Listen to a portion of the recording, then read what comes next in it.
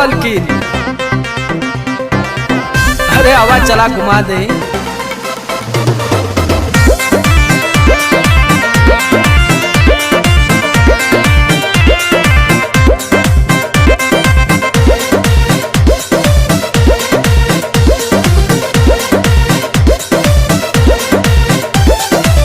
चलो ना जानू आज पटना घुमा दूं। अच्छा चल के बजरिया में शॉपिंग करा दूं।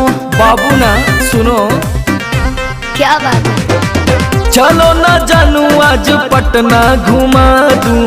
चल के बजरिया में शॉपिंग करा दूं।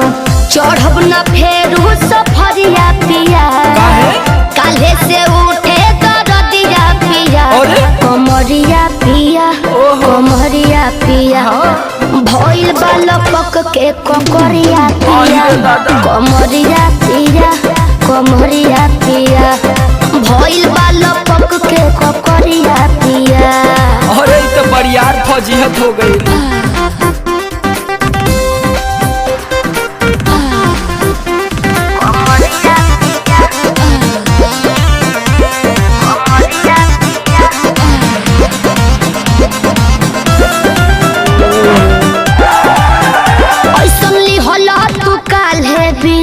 राजा जी लागे भइल बा कम